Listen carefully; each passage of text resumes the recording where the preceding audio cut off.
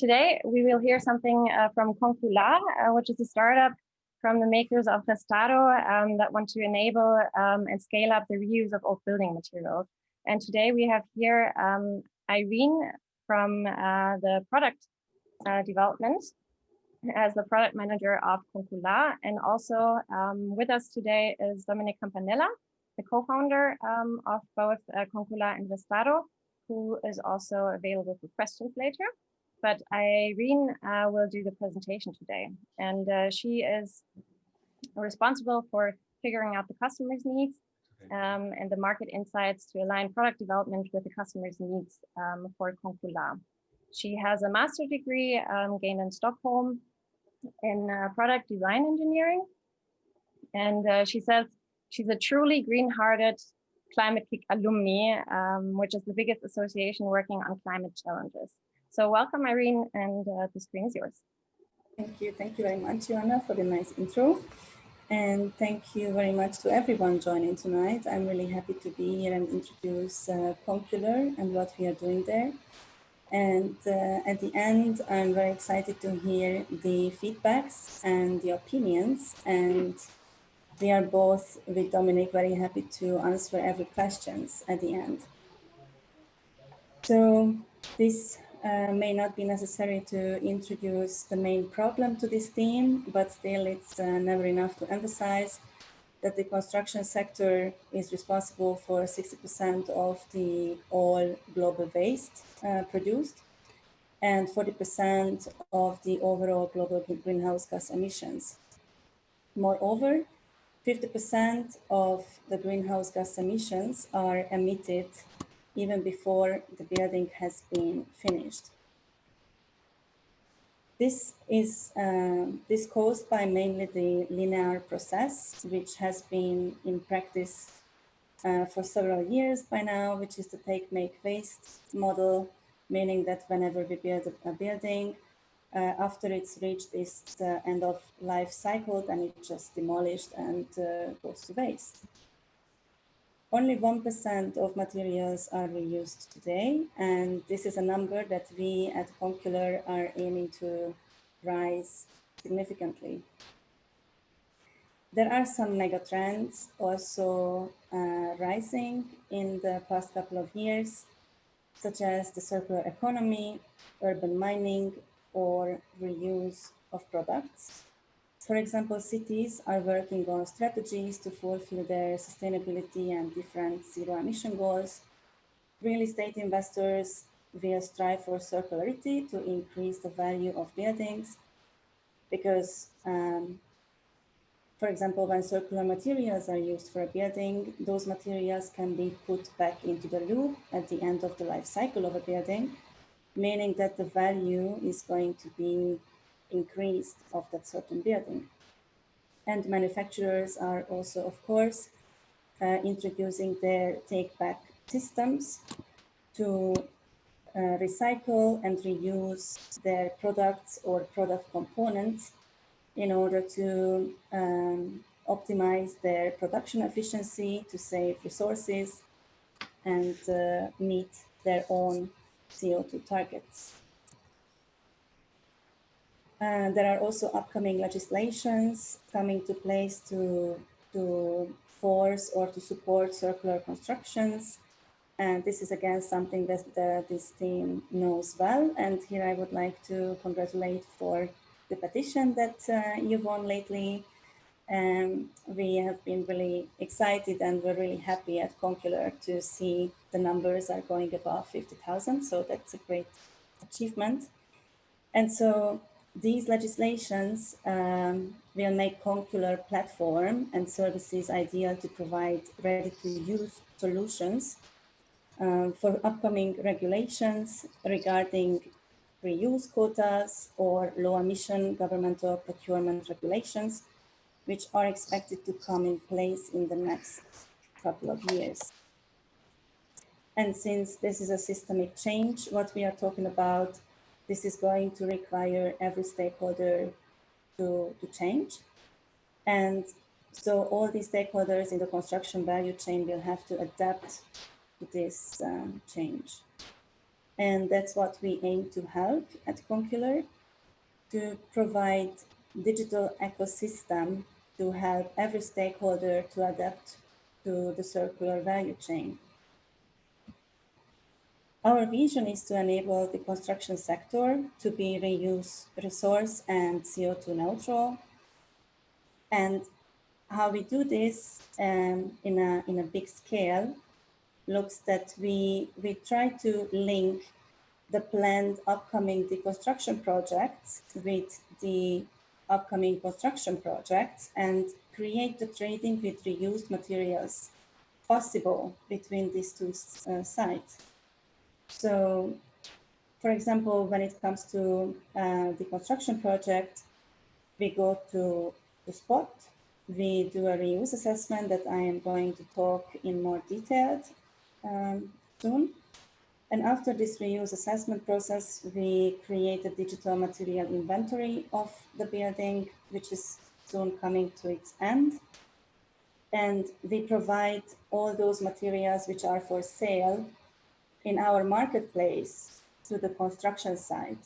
And so we require and expect construction projects to send us their material demand list so we can fit the material demand with our material stock we have.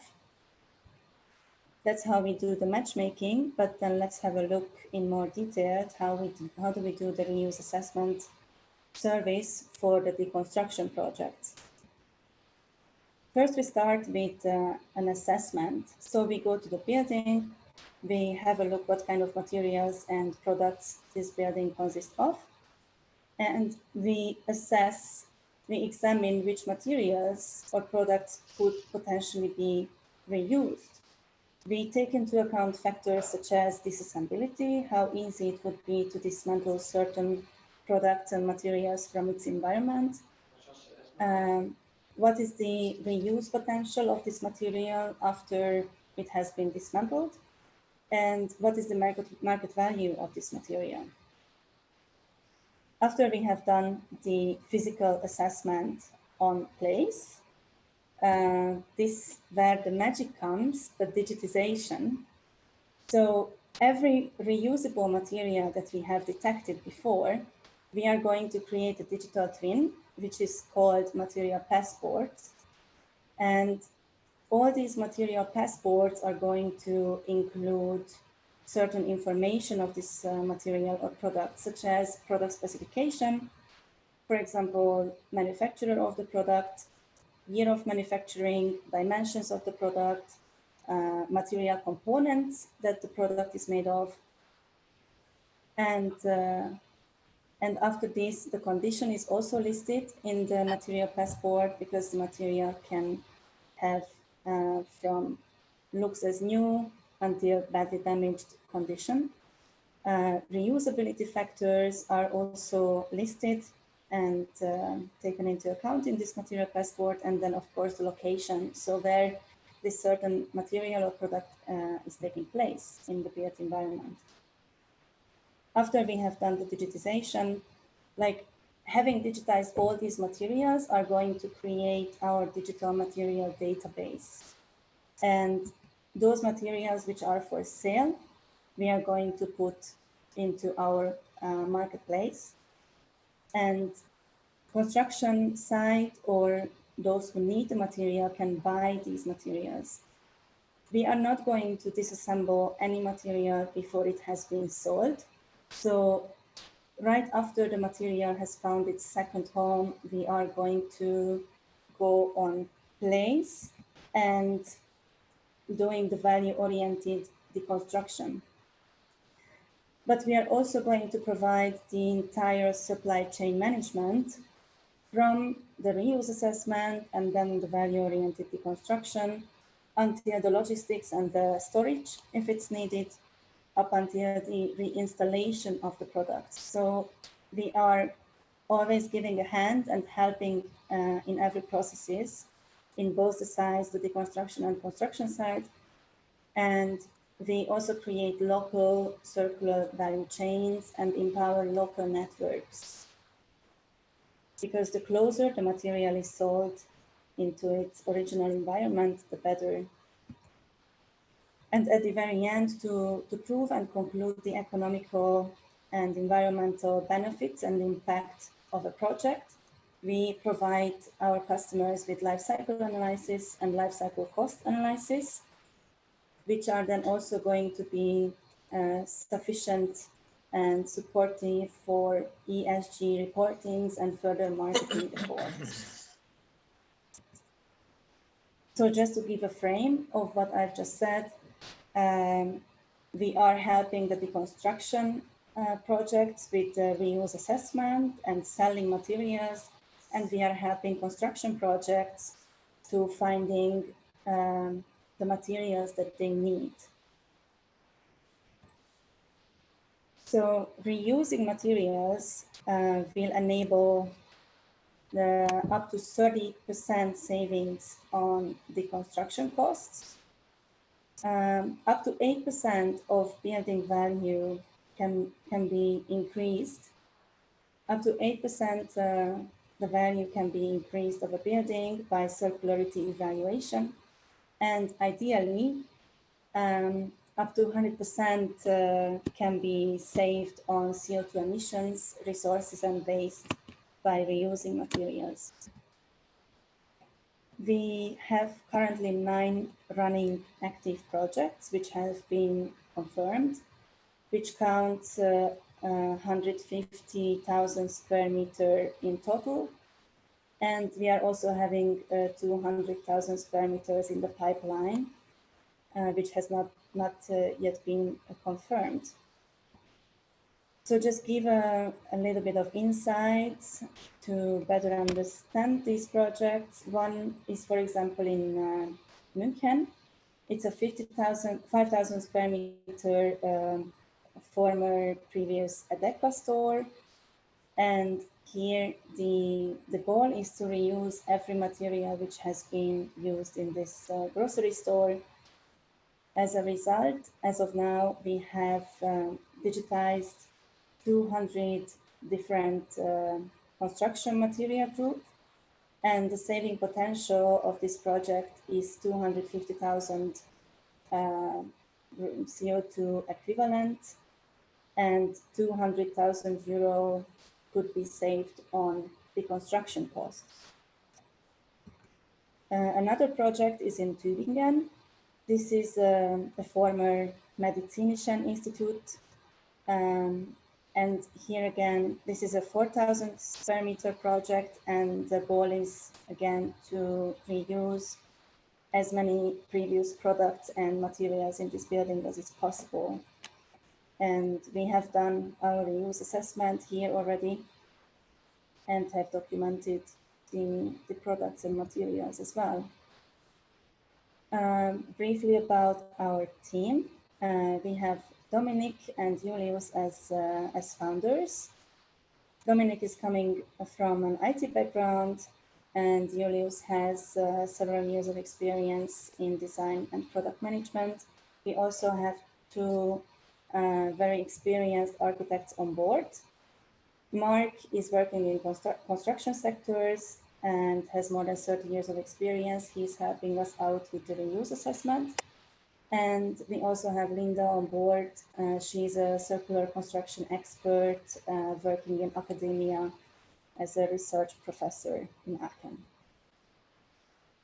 We also have the rest of the team: software engineer, sales, product manager, urban engineer, and an urban planning expert. So we are very happy to receive questions with Dominic, and we are also very happy to keep in touch and receive projects, either for the construction projects we are happy to have, or construction projects. So please make a print screen of this screen and just reach out to us. But before, happy to have the questions. Thank you very much, Irene. Was an interesting insight into how Concular is working. So basically, the idea is to connect many projects throughout Germany, right? So if a building is being demolished or that it's planned to demolish some parts in 2 years, you can already put these materials in a database so that other people that are planning to construct a building somewhere else in Germany can actually take a look at or match their own design with your database and then plan ahead already to reuse the buildings in 2 years, the materials in 2 years. Yes, exactly. So when we were creating the material passports, we made sure that those passports provide as precise information about each and every material as it was new, in order to enable professionals to work with that certain material with no problem. Because we got this insight from architects that it's not even possible today to reuse materials because it's just simply not able to plan with them. So that's what we always kept in mind in the design process. Does the audience have any questions? You're also welcome to put your video on now if you'd like to. Then Irene can also see your faces.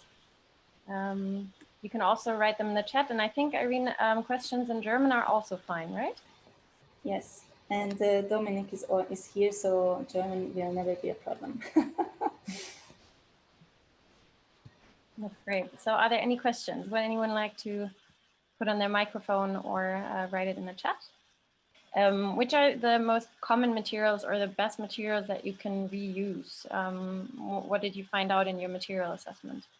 So there are definitely materials which are more easily to be reused than others.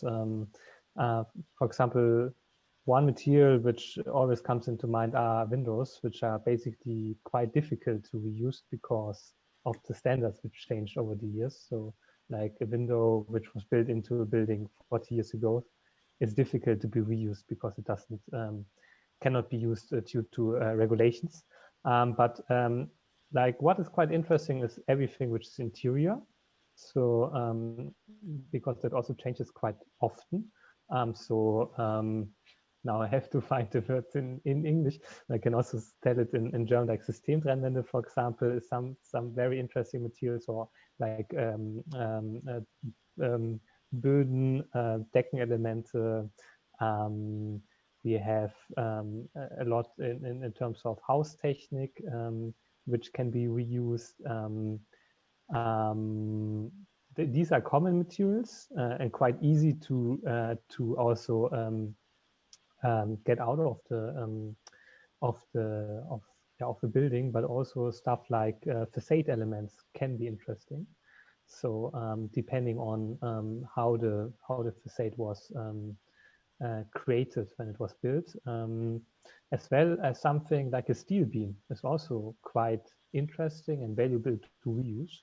There obviously has to be a recertification process, but like if a steel beam is recertified, it can be also reused in a new building. So these are a couple of examples of materials. Also like bricks, depending on which year and like what the method was to build it. It can be also quite easily reused. Yeah, so just a couple of examples. There came a question in the chat that also fits to this answer. What is the hardest material to be reused in future projects?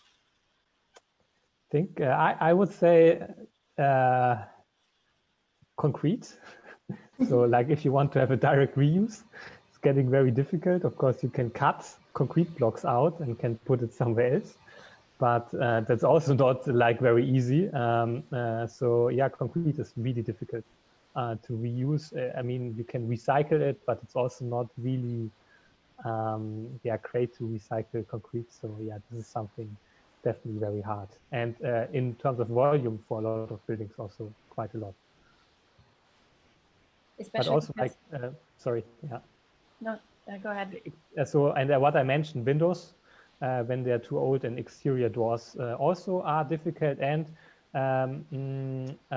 so I think Brandschutztüren, something which is very valuable, but I guess a lot of you know, like they are very specific and the recertification process is like very specific. So this is also unfortunately very hard to reuse.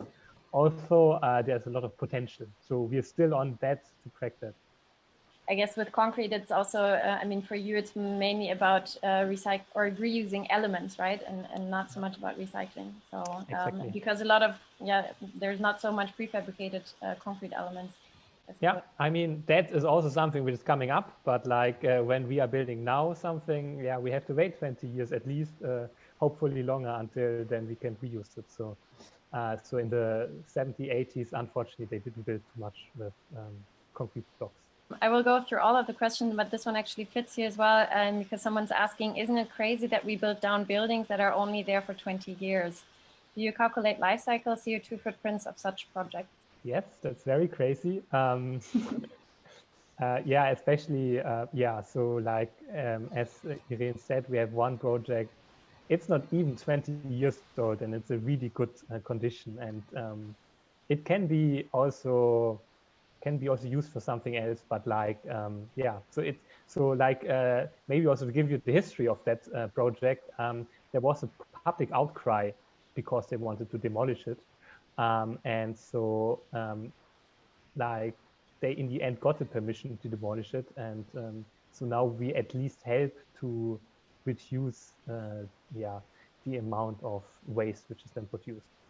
And yeah, so we're doing CO2, so life cycle assessment for all projects.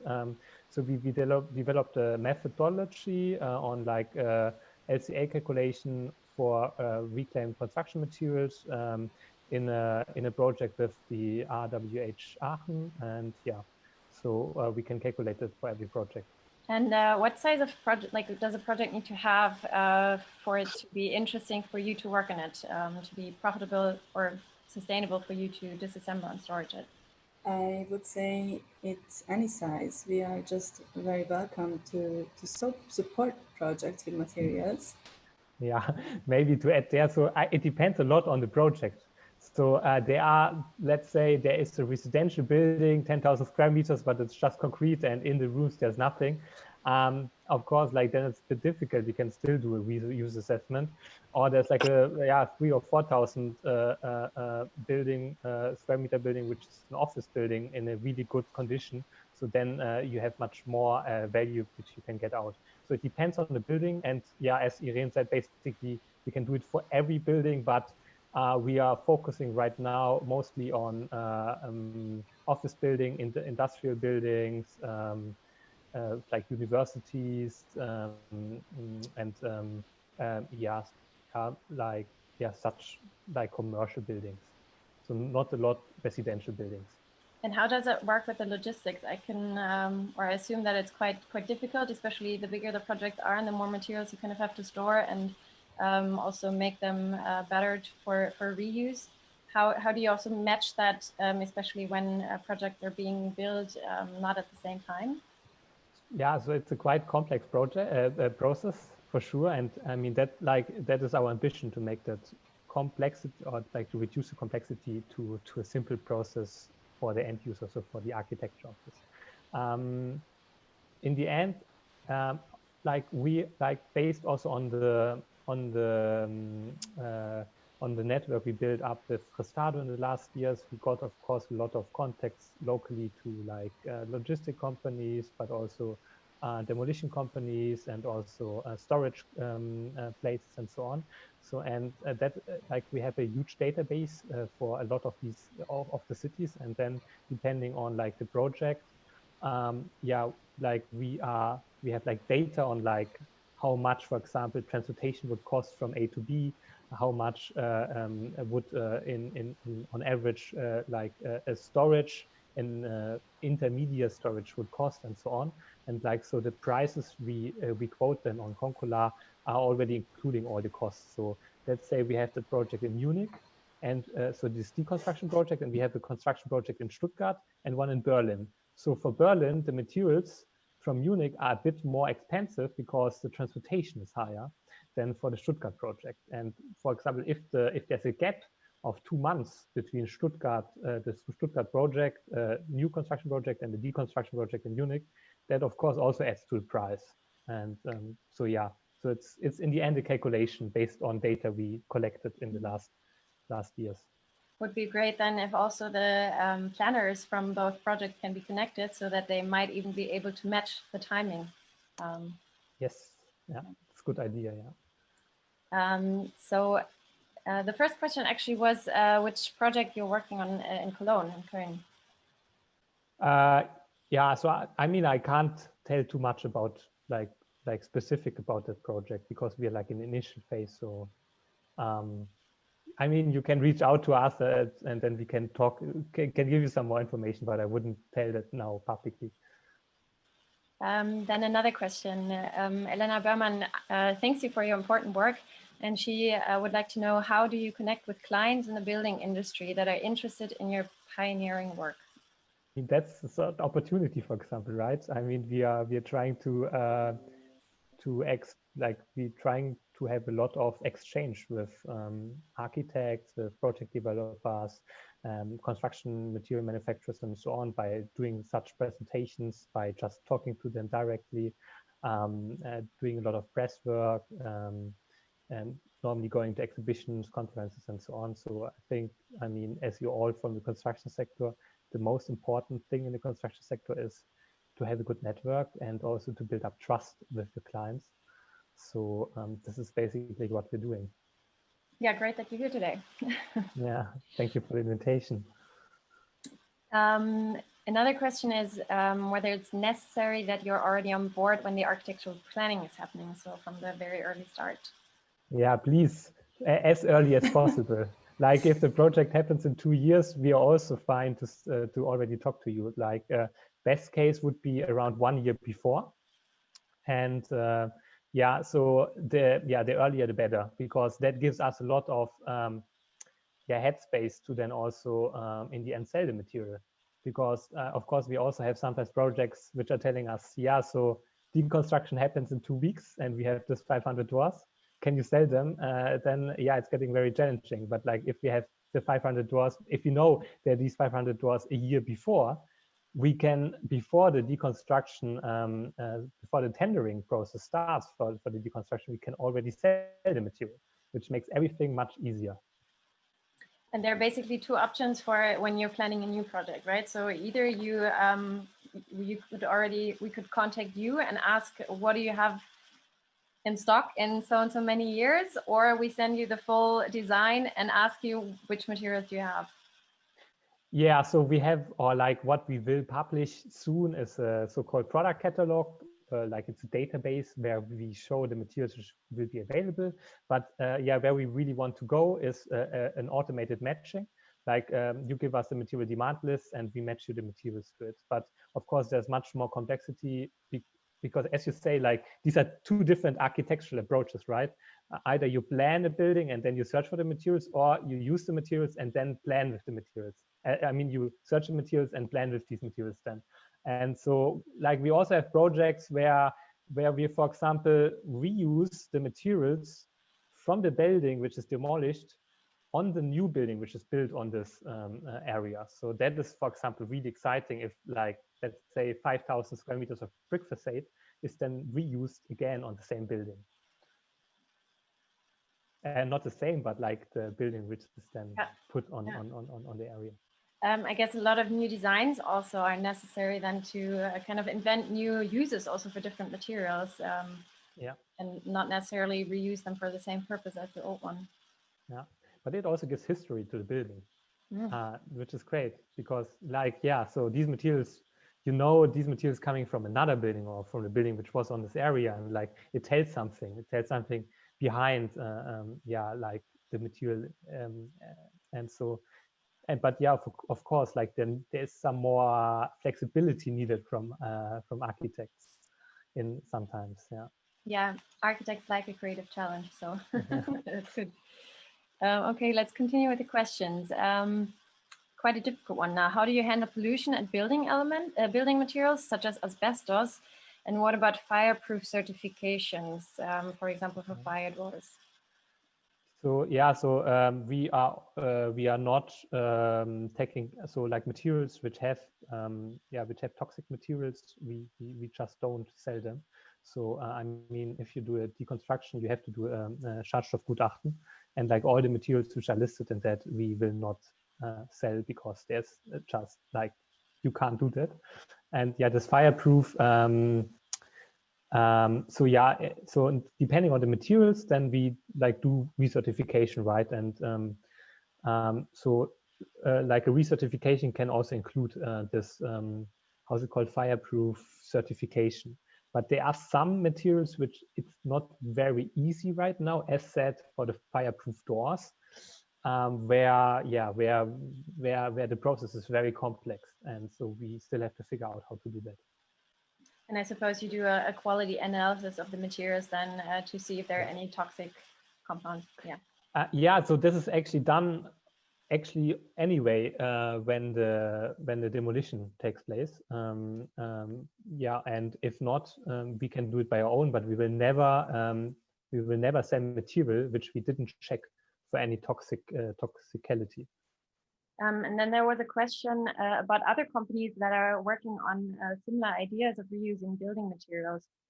Whether you work together with such companies that are also trying to establish a database for reused building elements, and whether it wouldn't be best to actually just have one database. Yeah, definitely. So I'm not aware about any other company in Germany who's doing that. We are aware about some EU-funded projects which try to establish that. We are working also in these EU projects as a partner. We are also aware about some companies who are doing something in this direction in other countries, which we are connected to. Yeah, but of course, like the more working on that mission, the better. Another question about laws and regulations. It's in German. I will read in German, then shortly try to translate it. Gibt es schon Kontakt zur Politik, den Ansatz der Wiederverwendung in Gesetze, wie zum Beispiel der NF, einfließen zu lassen? Zum Beispiel über den Fußabdruck eines neu erbauten Gebäudes mit oder ohne gebrauchte Materialien, dass das mit in der NF berücksichtigt wird. So basically the question is about whether there are any contacts to politicians already in order to establish the reuse of materials in regulations such as the now GEG. Yeah, it's very important, and that is one job I have, which I mean, it's a lot of work to talk to politicians and to like give out statements and so on, and consultations. But yeah, so we are doing that. We have contacts, for example, on German level, a lot to the Green Party, which is quite open also for these ideas, but also on a European Union level, so with the Commission and also the European Parliament. So we are also part of the so-called leadership group of the circular economy stakeholder platform from the European Union, where like we are basically publishing a paper on like what could be recommendations for the construction sector in terms of circular economy. So we are engaged. However, I think that's, yes, it's really time consuming. I think there should be more people doing that. Are you aware of the new Antrag, I don't know, application of the Grünen that was actually supposed to be discussed tomorrow? Do you think that this resource efficient building that they want to achieve is addressing the reuse of materials well enough? So like, what was the name of the paper again? It was like Bauwende or something like that. I think sorry? Yes, I think I'm not sure again. Bauwende was in the writing, but I think it was about a Ressourcenwende. Ressourcenwende, yeah. Yeah, so I read the paper 2 months ago, or one like last year. Yeah, I think there was some really great things inside, and it would really push like the reuse of materials in the right direction. Yes. So I don't know the exact details of the paper anymore, but that was quite good. Maybe if someone's listening, I read now, I can't find it, but maybe someone can post it. I saw that Eva and Elisabeth are also in here. Maybe you can share it so for the others to read it. Quite interesting. Okay, so there's another question about actually what we already talked about, the creative challenge for architects, whether you already notice that there is an influence on the building design, kind of a reuse style. Yeah, so I'm like we are always looking like to the Netherlands or also to the Nordic countries like Denmark or yeah, also Norway. So there are some architecture offices which are doing really amazing things. I can just post a link here of like one architecture office which is called Super Use Studios. Maybe some of you know that they're doing really great things with reclaimed construction materials, and they are coming from the Netherlands. And another company is called Lenager Group. And they are, I think, are in Denmark. And so you can get a sense on like what they are doing with such materials and how that style is evolving with that. So I hope that I answered the question with that. Yeah. Can be very inspiring. I also know the actually quite a fitting name from an architecture office in Denmark on re-beauty. Giving it a new beauty, old elements. Okay, and we're coming to an end soon, but there are still 2 open questions. We're looking for an enterprise delivering recycled concrete in the area of Cologne. Do you know one? You can go to restado.de, and so there's like the tab recycling concrete, and you can put in all the details, and then we will come back to you. So we have an own section of recycling concrete. During construction, a lot of waste is produced for packaging unused materials, and I think also, yeah, exactly the ones that are left. Are you looking into these as well as potential materials? Yeah, so this is actually the idea of Restado. We didn't talk too much about Restado today, but Restado is a marketplace for reclaimed construction materials, and that is not only catered for large projects, but like to any project. So from DIY projects to any size. And on this marketplace, you can put materials which are leftovers from construction projects, and you can also buy them. So we are right now not having leftover materials in Concular, but like but these materials you can find on Restado. Exactly, check it out. So are there any other open questions? We have 2 minutes left. If there are any other questions, please write them now. Yeah, do you know Bauteilbörse? Yes, so like we are working very close with them. Are they actually, because I think they're mainly in the northern part of Germany, right? Are they also establishing more in southern and central? Yeah, so first of all, they are on Restado. So like all the materials on the Bauteilbörse you find also on Restado. And so they have Bauteilbörse in Bremen, Hanover, Berlin. So these are the big 3 one, and they plan one in Munich. But it's a bit difficult for like, right now for them. So there were much more in the past, but not anymore. I was just wondering why it is more difficult now. It has several reasons. So what they do is they store the materials without having them sold. So there's a lot of cost for storing the materials, and a big portion they don't sell. So yeah, that is definitely something